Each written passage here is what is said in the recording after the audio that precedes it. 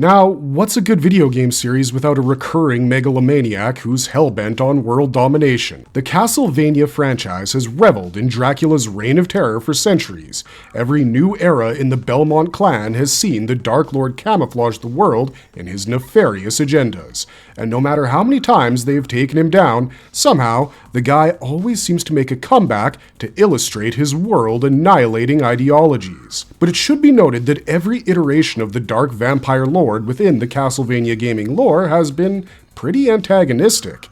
There was barely any shades of grey within his character, and most of his villainous endeavors were a result of his own choices, really, which were honestly backed by his over-the-top vague reasoning. But the Netflix series, on the other hand, really turned the tides on Dracula's character with its banger of an ending, which left all of us fans shaken to the core. Alongside that, we also feel an eerie sense of remorse around his character, especially after the revelation of Death's grand plan, which almost forces us to draw parallels on how Dracula has been exploited through centuries and was simply a puppet in a malevolent entity's master schemes. Now, of course, the show ended without emphasizing much on that bit, leaving us all in an open-to-interpretation chaos, so naturally we had to seize this opportunity to dig deeper and really understand if Dracula's character was misinterpreted by us throughout the show. In this video, we'll explore all the bits within the show that have implied Dracula to be an anti-hero. So, without wasting another moment, let's get right to it. Before we go into our explanation, we have a very small request. If you like our content, please support us by subscribing to our channel.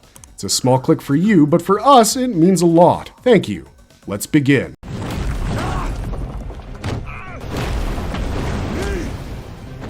The relevance of Dracula's origin from the games to the series. Throughout the extensive Castlevania video game series and its popular Netflix animated adaptation, the primary antagonist has consistently been Dracula, the formidable Lord of the Vampires. Situated in his ominous castle nestled deep within Transylvania, Dracula commands a legion of monsters, fueled by a deep-seated desire to exact vengeance upon humanity. His motivation stems from the unjust execution of his human wife, Lisa, condemned to a public burning orchestrated by the local church. The narrative takes a compelling turn in the animated series, revealing a surprising character arc for Dracula. However, delving into Dracula's ascent to power as an undead warlord and understanding his vulnerabilities during his embrace of vampiric existence is crucial. In the 2003 video game installment, Castlevania Lament of Innocence, Dracula's true identity is unveiled as Matthias Kronqvist, an 11th century crusader and close friend of Leon Belmont. Motivated by jealousy over the survival of Leon's betrothed,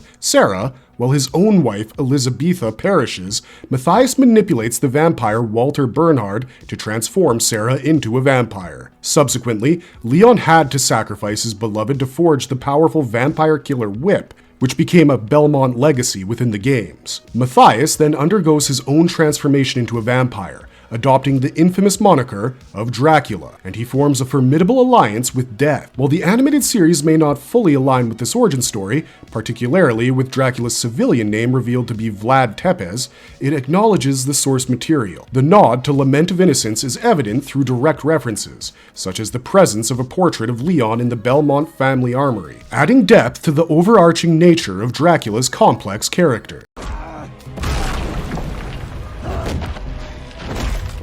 Dracula's Tragedy within Netflix's Castlevania series. Although the series never sheds light on how he became a vampire, it surely establishes Dracula as one of the most ancient vampires in the world. Because, unlike the games where he was actually killed, Dracula in the Netflix series chose to give up on his life, hence very literally allowing his demise. The show's main catalyst was the tragic execution of Lisa, which ignited Dracula's wrath on humanity, probing him to wipe out humankind from the face of the earth. He was so hell-bent on making the world feel his grief that even when his own son tried to stop him, Dracula attacked Alucard, leaving the Dampier with a fatal blow. Now, Lisa was the only person who helped the Dark Lord reconnect with his human side and retain his kindness. Before Dracula met Lisa, he reveled in his solitude for eons, abstaining from the world outside and basically putting dead bodies on sticks outside his castle entrance just so human beings would be too scared to enter and never disturb his existence. When Lisa ventured inside Dracula's castle,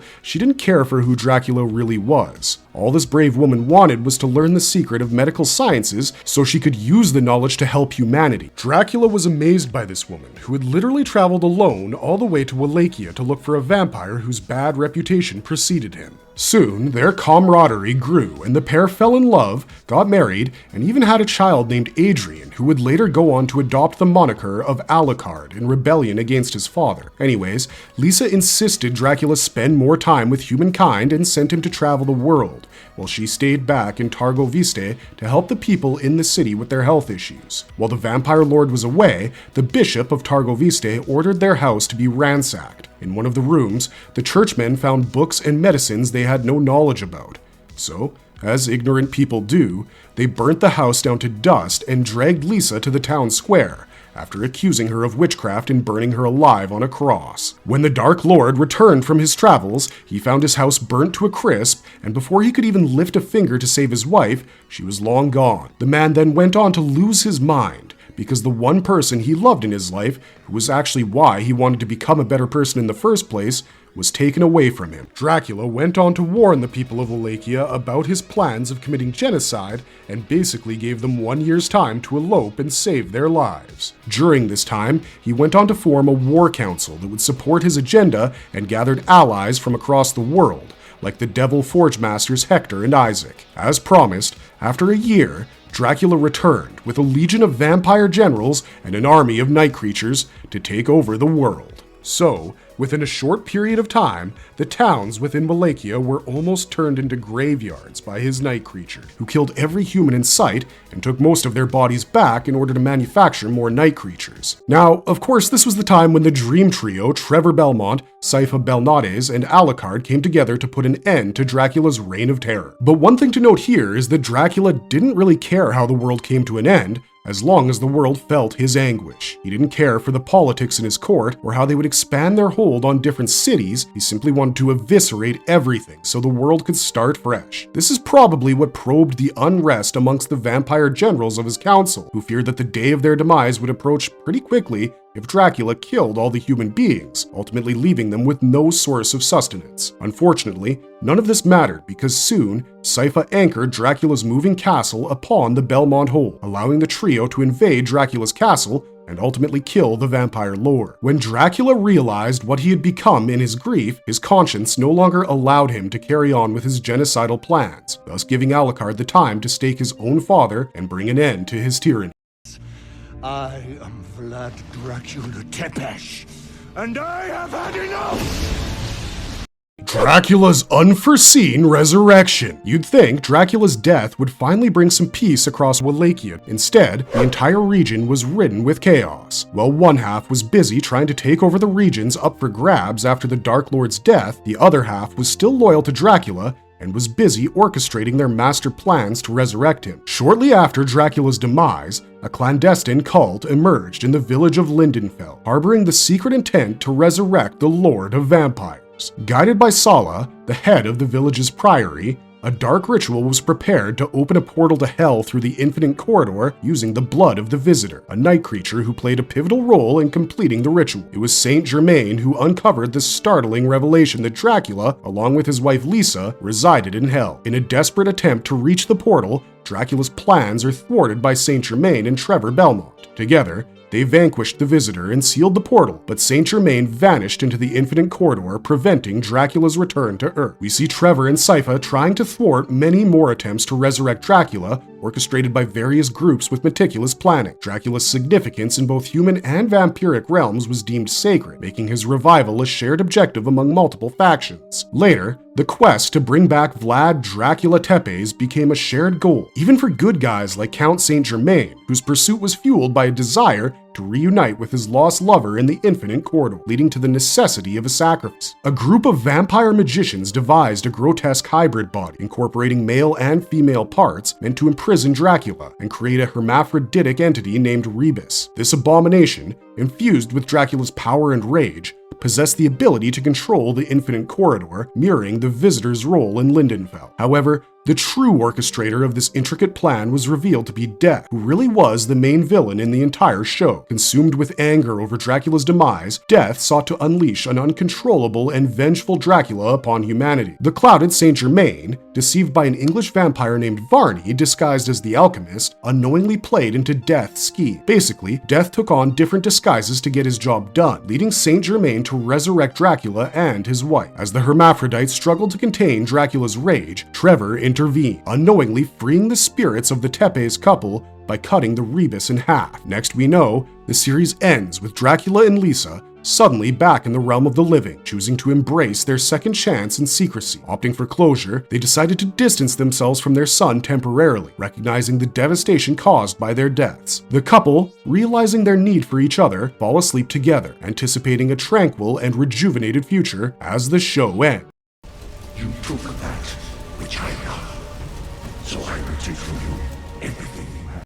How is Dracula an anti-hero? Dracula was never a perfect person, but even as a villain, he didn't necessarily showcase hardcore antagonism. He wasn't selfish, and we have seen his acts of kindness from time to time, even after Lisa's death. But that simply doesn't justify his reasons to take all those innocent lives. There are hints given by the end of the show that seem to imply that Dracula's reign of terror was simply an event orchestrated by Death itself. Now, before we draw parallels to this theory, we should remember how Dracula did not kill Carmilla when she first interrogated him openly in front of his entire council, or even better, how Dracula saved Isaac's life when his castle was invaded by Trevor, Sypha, and Alucard. These were a few examples of how Dracula was not completely without a conscience, even if his grander schemes were completely driven by hopeless rage. Now, coming back to the main concept, remember how Varney revealed himself to be Death and also mentioned his secret presence in Dracula's court for over a century? Well, we did see how manipulative Varney's character was since his appearance, and after having spent a century in Dracula's court, it's safe to assume that he had quite the hand in manipulating the dark vampire lord in his nefarious activities. More importantly, his ulterior motive has always been pushing Dracula to kill more, so Death could consume their life energy and become more powerful. And Dracula had completely reformed into a new man after he met Lisa, which really screwed with Death's master plan. So here we are drawing parallels from another lurking hint within the show. Remember when the bishop and his churchmen came to Lisa's house to take her away? There is a constant mention of a wise woman who used to be the main doctor of Targo Viste before Lisa's medical knowledge drew in her patients. Now this woman apparently gave dried footskin in the name of medicine to her patients. So when Lisa offered better healthcare, this wise woman was left without any patience, causing her to become bitter and ultimately tipping off the church about Lisa's so-called sorcery. Now, given that Death took on Varney's disguise to keep a close eye on Dracula almost a century ago, there's a huge possibility that this village wise woman is actually another disguise of Death himself, who simply waited for the right moment to orchestrate a plot that would incur Dracula's wrath. So that actually makes Dracula a pawn in Death's grand schemes, as the most pivotal turning point in his life is possibly a string of events planted by Death himself. This malevolent entity was so power-hungry that even in Dracula's resurrection, he manipulated Saint Germain by disguising himself as the alchemist and getting him to resurrect a deranged version of Dracula, as he would lose his mind hearing the constant scream of his wife, and ultimately sent him towards a bloodbath, allowing Death to become the most powerful entity on Earth. Although all Dracula needed was the right amount of push to go down the tyrannical road, his tragedies were in no way an accident. So, like every anti-hero, Dracula was forced to go down a self-destructive path which could either result in utter isolation or death. By the end of the series, you can't help but feel for how far Dracula's character has come and how well-deserved his ending was, when he finally finds the peace he always wanted with Lisa as they get away from everything that associates them with their past. I think I might like you.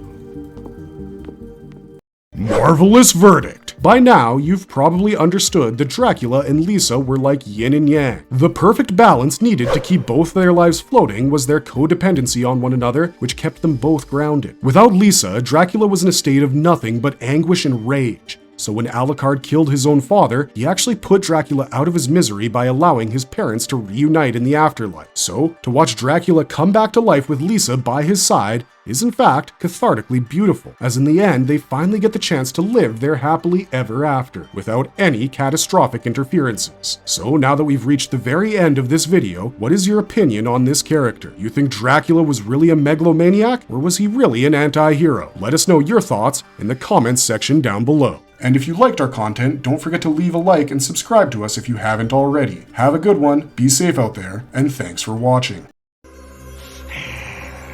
Ah!